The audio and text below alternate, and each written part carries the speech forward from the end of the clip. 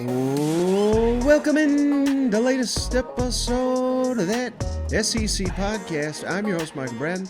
I go by SEC Mike on Twitter, and I'm joined as always by my cousin Shane, who goes by Big Orange Balls on Twitter. What are you up to, you big Tennessee homer? Hey, buddy. How's it going? Hey, Merry Christmas, Shane. I hope you had a great That's right. one. We got New Year's right around the corner. But before we get there, brother, we got us some bowl games to get to. You know what? Oh, man. Did you have a good Christmas? Oh, Before yeah. we get to that, I mean, did you? Because I'll tell you what, man. I'm in bad shape, Mike. I mean, you're going to see it when I send this video. You're going to say Shane's hair's growing out. He doesn't care about himself anymore. I have ate so much shit this week, Mike. It's ridiculous. Like, I haven't had normal food in like 8 days, it feels like. Like, if it's not a sausage ball or a cheese ball or, you know what I'm saying? It's like I've not had, now that I think about it, I don't know if I've had a complete meal with vegetables in like 8 days. So New Year's resolution is coming up, Mike. I'm looking forward to that. So until then, I'm just going to keep spiraling here. And but I did have a great time, man. I had a great time. Got to see the kids, the family, just being around. You know, there was some that we lost this year. So, you know, there was a little bit of that going on. Everybody can relate. But all in all, man, it was a good Christmas, and I hope you guys had one too. Yeah, and if the audience, surely they know by now, Shane, you are basically the king of resolution. So Yeah. can't wait to see how that goes. I think we should take bets on how long it lasts, you know? I mean, Big Orange walks, Bama walks, you know. I'm just a big walking failure, Mike, but I feel like this is the year. I feel like, you know, I just hit 40.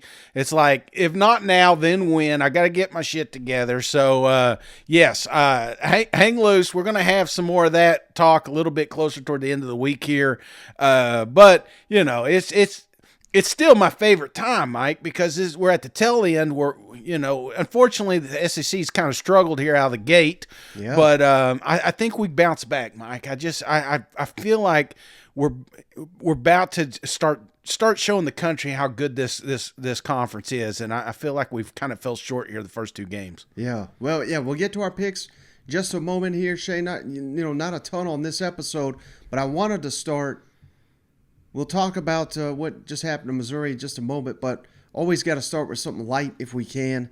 Mm-hmm. And old Will Muschamp, Shane, he's back. You know, the one time a year, Kirby lets him speak down there in Athens, and he opens his mouth to troll Kirk Herbstreit.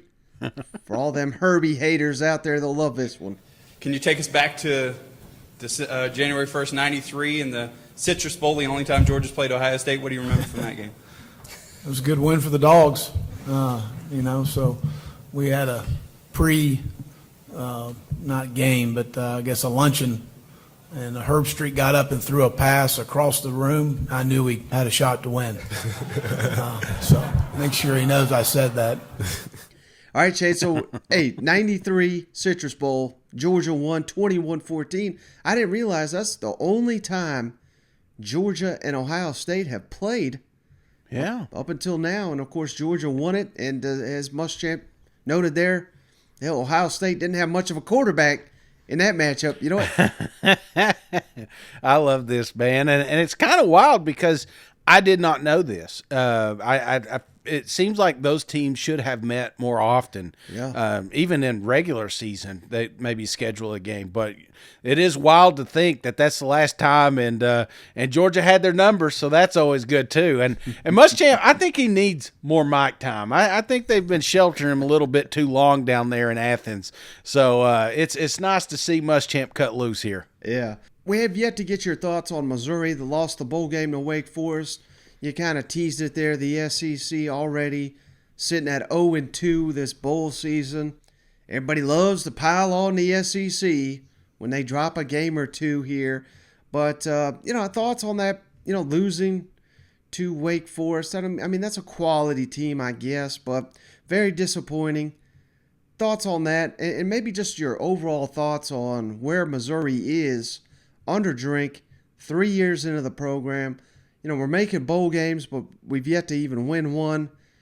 They're so close. I mean, the record does not indicate how good of a team this was this year, but that's great for guys like you and I to sit around and talk about. If you're a Missouri grad, you're a Missouri student, you're a Missouri fan, that's probably not good enough for you. What's your thoughts on Old Drink so far, 3 years in, up here in Columbia? Inconsistent, Mike. I think that's the word that keeps coming up with Mizzou. Even in this game, there was moments late in the first quarter. Cook was going on a drive and connecting on everything, and Luther was catching balls, and it just looked like they had their shit together, and then it falls apart again. Yeah. And if it's not the offense messing up, it was the defense. It just felt like there was never consistency throughout this entire year on both sides of the ball. They just couldn't put it together. They had all the pieces. They just couldn't complete that puzzle. You ever put one of them puzzles together and you're missing one right there at the end? That's Missouri football, and they just couldn't quite do it. And because they had the talent. And what's discouraging is, we're getting to the end of this thing, and not only did we drop this bowl game, which, after all the shit talking Eli had, you kind of set this thing up that, we got to win. That we got to show the country that Mizzou is ready to compete and go on to the next chapter. And now you're looking like, is this our quarterback? Are we going to lose any more players in the portal? I mean, there's just so many question marks. And that's a little discouraging in my opinion, because there's no reason that they should have lost this game. They were the better football team, Mike. Yeah. And I think the most damning thing perhaps, Shane, I mean, we just went through a whole season, and what did we really learn on offense? I mean, we got an all-SEC receiver, Dominique Lovett. Hell, he jumped ship to Georgia. Are we any further along with the quarterback? I don't think we are. Luther Burden had his moments, had probably the worst moment of his college career in that bowl game, tried to field that punt. I mean, that's a guy trying to make a play. I get it. I'm not going to bury him for it, but you'd hope that his final game as a freshman will be his most complete. It was not. The offensive line was an issue. Kind of like you said, any holding, any false start, that's basically a drive killer, Yeah. Oh, but again, it's not just this game. It was the whole year. We even put, the I don't know what his name is. I forget what the thicker kicker. Yeah, Harrison. I mean, we put him on a pedestal, and there were several times this year he was the reason they didn't win a game. So it's just, again, all the pieces are there. They're just having trouble putting it together, and sometimes having trouble figuring out what Eli's offense, his true identity is. So that's another thing. What are we? What are we going to look like next year? I have no clue, Mike. Yeah. Well, let me ask you also about Florida, Shane. A little bit different story. Year one for Billy Napier. Mm-hmm. They were playing with basically a third of their team, maybe a little bit more, either opted out, transferred, or off to the NFL. So, I hate to say this because I just hate people who say the bowl games are meaningless, but I think that result, to me, is meaningless for Billy Napier and his tenure. But now that we do got the second most players in the portal in the SEC, yeah, that's not stunning because, again, this is his first year. He's just turning over the roster. But I'm sitting here looking at what they've got. They got a lot of young talent. But I don't know where we are with Billy Napier. I don't know if we're going to be any better than 6 and 7. Hopefully, 7 and 5, 8 and 4. I mean, I think realistically, Florida fans are not sitting here saying, "Well, we're going to win 10 games next year," which that used to be the standard down there in Gainesville. Yeah. So I don't know. What's your thoughts on Billy Napier after just 1 year? I like the direction that he's heading in, not necessarily the program. I think, one of the things that Napier hit when he first got down there, Gainesville, was this was a rebuild. And everything from the ground up, coaching, what they have there on as far as facilities, this was a rebuild, and we knew that. But you can't really gut a football team. Even though you've got players on there that maybe you don't agree with or they don't agree with your your policies or your play calling here. I think that's what you're going to see toward the tail end of the season, especially one that's not successful. You look at Kelly and what he was able to do in LSU. Well, they had a hell of a season, and it doesn't surprise me that they have less turmoil. But you look at a team like Florida that did not, compete in the East, that barely made a bowl game here, that kind of lost its luster toward the end of the season. A lot of that may have to do with some of the pieces that are in that locker room. So I'm not discouraged as much as, seeing all these kids hit the portal, because you got to have a united front, man. You've got to have the whole team, with one goal. I know that, they say that and it's coach speak or whatever, but if you've got a divided locker room, brother, you're not going to compete in the SEC. So right. I think this is just part of that gutting out rebuild that probably should have happened last offseason. Mm-hmm. All right, Shane. Well, hopefully not only we get one SEC win today, hopefully we exit with two, because we got two SEC West teams playing in their bowl game. Shane, let's start with the Liberty Bowl there in Memphis. This will be the first game on deck. Arkansas versus Kansas, 5:30 Eastern, 4:30 Central on ESPN. The Arkansas Razorbacks, Shane, favored by 2.5 points. The over-under, 69 total points. Both teams, Shane, lost 3 of their last 4, so they're both kind of limping into this thing. Right. But as Sam Pittman tells it, brother, oh, hell, we're excited for this one. I promise you, we'll be ready to play. Yeah. Yeah, so are we. Absolutely. Well, we're motivated. It's not like we've been bowl eligible our first 3 years, and I'll go back and stand on. I believe we deserve that recognition in our first year, winning 3 conference games, just like we did this year. But I understand. Kansas is going to be ready because they got a great football coach. I like Coach Lapo's a freaking great football coach. He is. They're excited. They're going to be ready. But hell, two teams can be excited, and I know we are. And so I know they will be. And shoot, they should be. 2008. And that's kind of like last year with us. It'd been a minute since we'd been out there.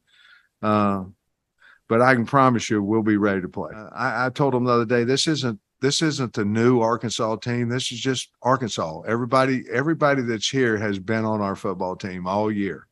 So it's not a new team that we're going to run out there with. It's our team. And we're not making any excuses, none. We've got enough good players on our football team that we can go out and win a football game. And that's the expectation we have and the players have. But we're not new. We've all been on the football team all year. You're going to see a few faces that you're not familiar with, but the practices have been lively and they have been physical, and Dalton was 100% correct. I'm sorry, Bob. I think it's by committee how we've kind of done it with the defensive guys we have. Trump's come in and helped us coaching in the secondary as well. But I think our football team feels like, again, it goes back to Trey's question. I think it would matter to us a little bit more if we only had a week, to prepare for that. But it's not only the number of practice have basically doubled in a half that you can have for this game, but it's also our coaches had more time to prepare for this game. Now, Lord knows there's been a lot of stuff going on in college football. I mean, unbelievable amount of things. You'd think I'd be skinny, right? I mean, I didn't have no time to eat, but I'm holding don't worry, I'm holding my weight good, But there's a lot of stuff going on out there, but we've had plenty of time. What I'm trying to tell you is there's no excuse for what happens tomorrow. None. We've had plenty of time to get ready for this game. Mike Shear's a capable football coach. He's going to call the game, and we got enough players to go out and win the game. And so I think the guys have been very excited about some of the new things that Mike and the defensive staff have brought. Some different looks and things of that nature that we brought to the table to maybe hopefully to try to confuse Kansas a little bit. All right, Shane. So, hey, love this message by Sam Pittman, but again, I mean, he's got to deliver now because he's basically throwing it out there. We'll be ready. We can beat this team. No excuses.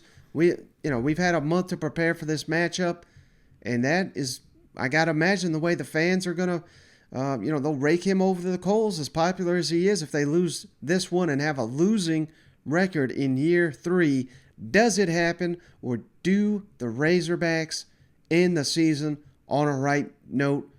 What are you going with here, Arkansas or Kansas? It's funny. These guys are so close. And I think they said 106 years ago was the last time these two teams met. So, oh yeah, I was going to ask you, Shade. So Kansas is 2-0. You're right. I guess Arkansas. Yeah. But do you know the date when those occurred? Any idea? Well, 106 years ago. So, what is that? I'm terrible with math, but is that 1916? 1916? 1905, 1906. Oh, okay. So I see I'm terrible. Nick Saban was born that year. Oh, you evil bastard. Did you see him out there stretching? Did you see that video floating around? Oh, yeah. I told him it looked like me if I ever trip outside, I don't want the neighbors to see I'm in pain. I'm just going to play it off like I'm stretching in the yard.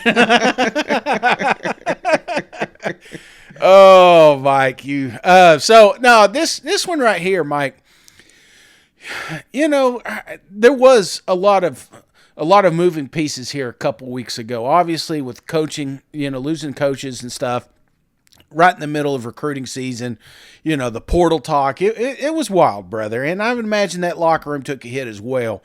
But it's kind of died down this week, and I think these boys are going to be dialed in. Arkansas, Kansas, you put them up and play like not football. Tug of war, dodgeball, field hockey, whatever sport you want to play. There's no reason that Arkansas can't mop this, Kansas here. They're just a better team. There are a few pieces that got me interested on mainly Kansas's offensive side of the ball, but that's one of the things that Sam really hits hard on here is the focus that they had on defense.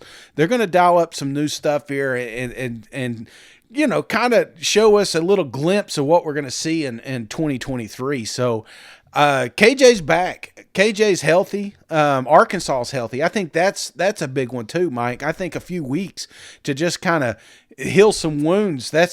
Arkansas was kind of limping there toward the tail end of the season. I think that's going to be a factor. So, Mike, I think this is going to be a fun game. I think there's going to be a lot of points. This is not going to be like I was watching that Memphis game. I don't know if you caught any of that. Golly, there's been some brutal bowl games, man, and I don't think we're going to see that here with Arkansas and Kansas. So I expect a shootout, and I expect the best quarterback to win, and that is Mr. KJ Jefferson. So give me Arkansas 35, Kansas 28. Ooh, I like that score, Shane. I like that result. Don't forget about old Rocket Sanders there. I mean, he's going to be running wild in this ball game, Shane. How about it? Kansas, number 119 scoring defense in the country. And we thought Arkansas was playing poorly. No, well, they're number 91. So this is going to be a high-scoring game, no doubt. But, the only concerns I got for the Razorbacks, Shane, Drew Sanders opting out. Bumper Pool not playing in the ball game. I mean, heart and soul, your defense, that is a blow, no doubt.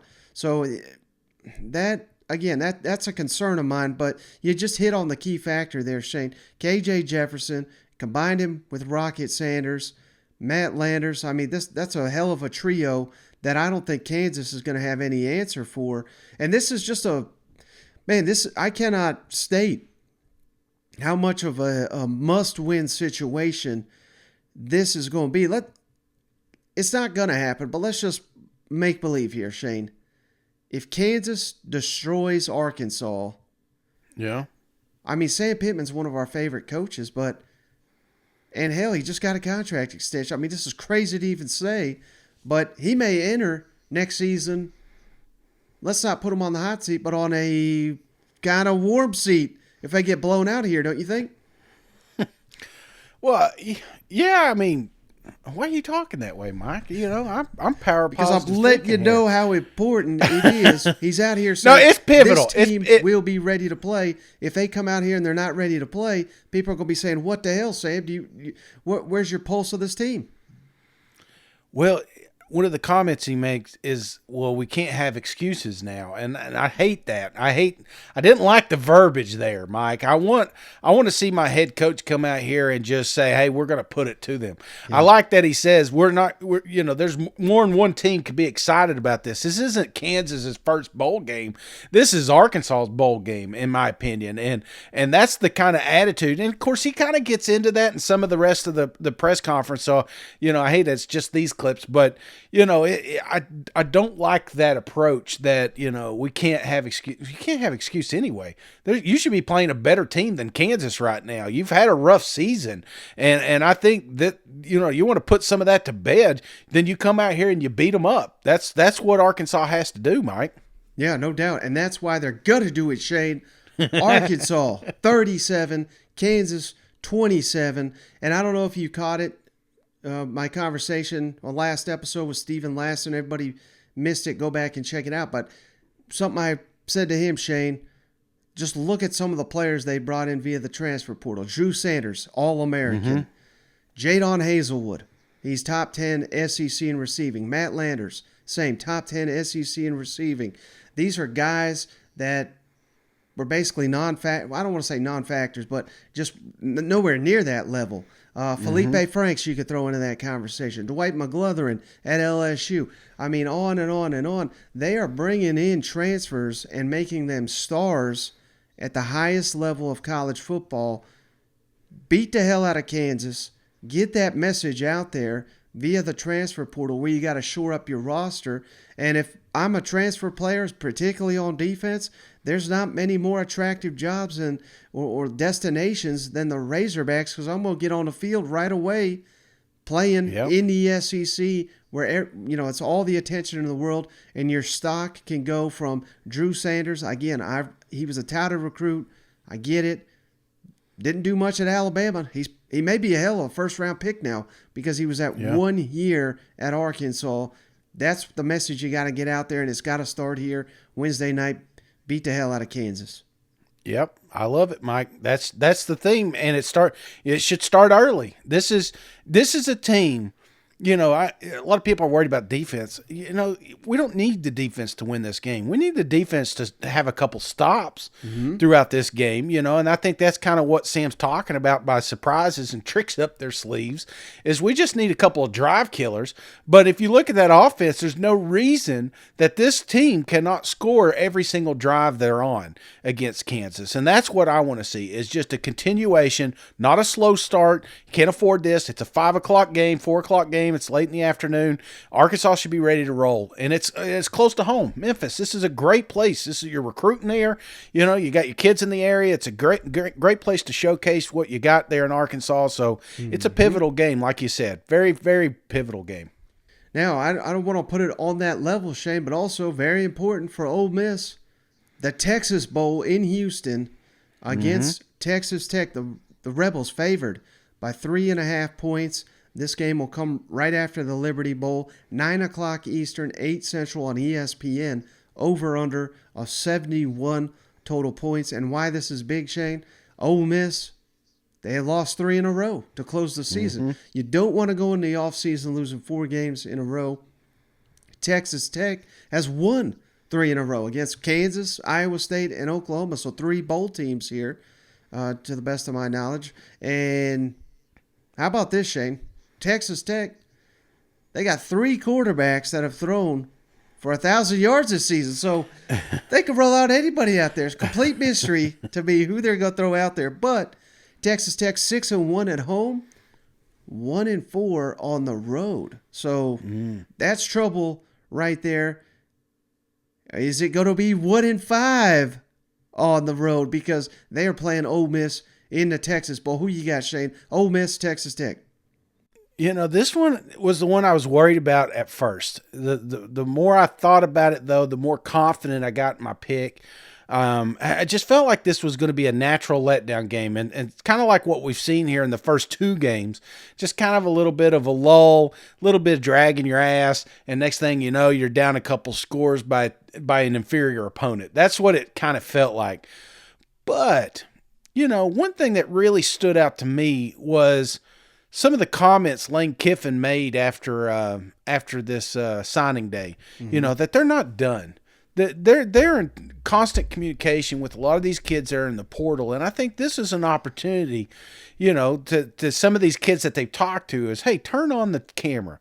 Look what we're providing. Look what we're showing down here in Ole Miss. Look what you can come and help out with. And I think that's what makes this game very important for Ole Miss, because they are pretty much showcasing themselves. They're selling themselves out to the portal and the rest of the kids that are in it, that, hey, this is what I mean when I said you could come down here and you could have fun. We can win a lot of ball games. This is a team not too long ago that was top 5 in the country, and people have clearly forgot about them. But this is a good opportunity to get back on the map. You got Oregon and North Carolina on one channel. You got Texas Tech and Ole Miss on the other. Let's make this game the fun game. Let's make this is the one that the country wants to watch. And you do that by showcasing your great running game, but also letting Dart play a little bit. I think you got to get aggressive here because you're going to have to score some points. So give me Ole Miss 42. I think it's a high-scoring game, another fun game to watch. Ole Miss 42, Texas Tech 28. I think it's a blowout, Mike. Yeah, there you go. Oh, man, I'd love to see it. I'll tell you that.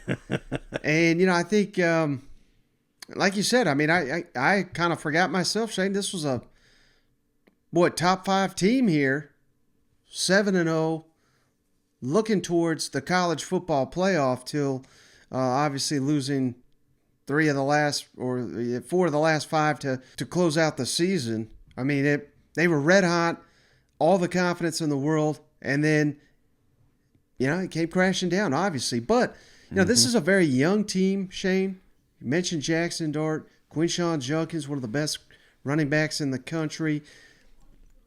I think having a month off to reset, get that elite coaching they're getting from Lane Kiffin and his coaching staff, I think that's going to lead to just you want to get that bad taste out of your mouth, but also with having such a young roster, this is the time those guys excel because they're getting all the reps in the world. They're rested. A lot of these young players coming in, it's all fun and games here, Shane, in August and September and even a little bit into October. But then, by God, when November hits, you hit that damn wall. I think that's what happened in Oxford.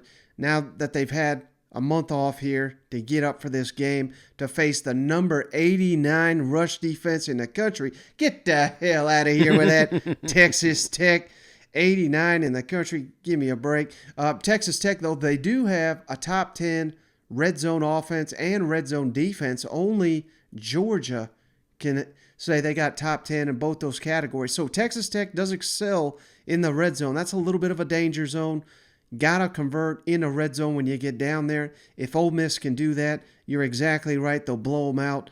And one final thing I want to say, because this is, the Pirate is so connected to Texas Tech. He's obviously connected to Ole Miss, his final win there. I throw this up on the screen for anybody that has not seen it yet. Even Ole Miss is wearing the Mike Leach Pirate sticker on their helmet for this bowl game. So that's outstanding, Shane. The spirit of the Pirate going to be happy on Wednesday because Texas Tech owes them money. Pay that money. You're going to pay it on the field here. Ole Miss 38, Texas Tech 33. Ole Miss rights the ship here, goes into the offseason with a big win. Absolutely, man. I bet they do a good thing here. I've heard a couple of things. So that's one thing I should have mentioned with the Pirate here. They're going to have some stuff pregame and midgame here, because he does mean a lot to the state of Mississippi and obviously with Texas Tech, spent several years down there. So, again, miss the Pirate. they've been a train wreck without him. You know, that was the dumbest damn thing they ever did was run him off. You know what? That's right, man. It really is. And went what 3 years without a job there for. I mean, we didn't know what the future held for Coach Leach, and but he put them on the map, man. Texas Tech. I remember growing up. That I used to pick them in NCAA just because of that offense that they ran down there. You know, at the time, I didn't even know who the Pirate was. I was just a kid, you know. But he made it fun. I wanted to be part of the Red Raider Nation, you know. But yeah, this is going to be a fun game to watch, brother. I think they all are. I think both of these are sneaky good games, and part of me is kind of more reserved. I keep thinking of some of the lackluster performances we've seen so far from the SEC, but there's just a part of me that thinks like, man, these teams got a lot to prove, and it's a pivotal matchup. Like you said, with Sam Pittman, you don't want a loss here against Kansas going into a new season. And if you're Ole Miss, again, you're showcasing what you have down there. You've just opened up a relationship with some of those kids in the portal, and it wouldn't surprise me if some of them aren't there. Just seeing what Lane Kiffin's putting on the field. So I think this is going to be a really, really fun, electrifying offensive game comes tomorrow, right? Or tonight. Right, if tonight. You're listening to this. And, yeah, you know, basically the rest of the week, I don't know about Thursday, but the rest of the week loaded with SEC matchups. So this is going to be one heck of an evening here, Shane, with double SEC action here on Wednesday. Friday, some huge games. Saturday, of course, epic playoff games. Monday, we got a doubleheader in the SEC. So this is going to be the start of a great, great run for the SEC. It starts Wednesday night. We're snapping the streaks, not losing another bowl game. You know what? No, winning out, baby. The SEC winning out. Well, if they don't, delete this pod, Mike. Delete it immediately. Can't have it floating around. Just kid. Well, man, I think that's a great place to cut it. Appreciate you, as always. Appreciate each and every one of you for hanging out. We'll catch you on the next one. All right, see you guys. Go Vols.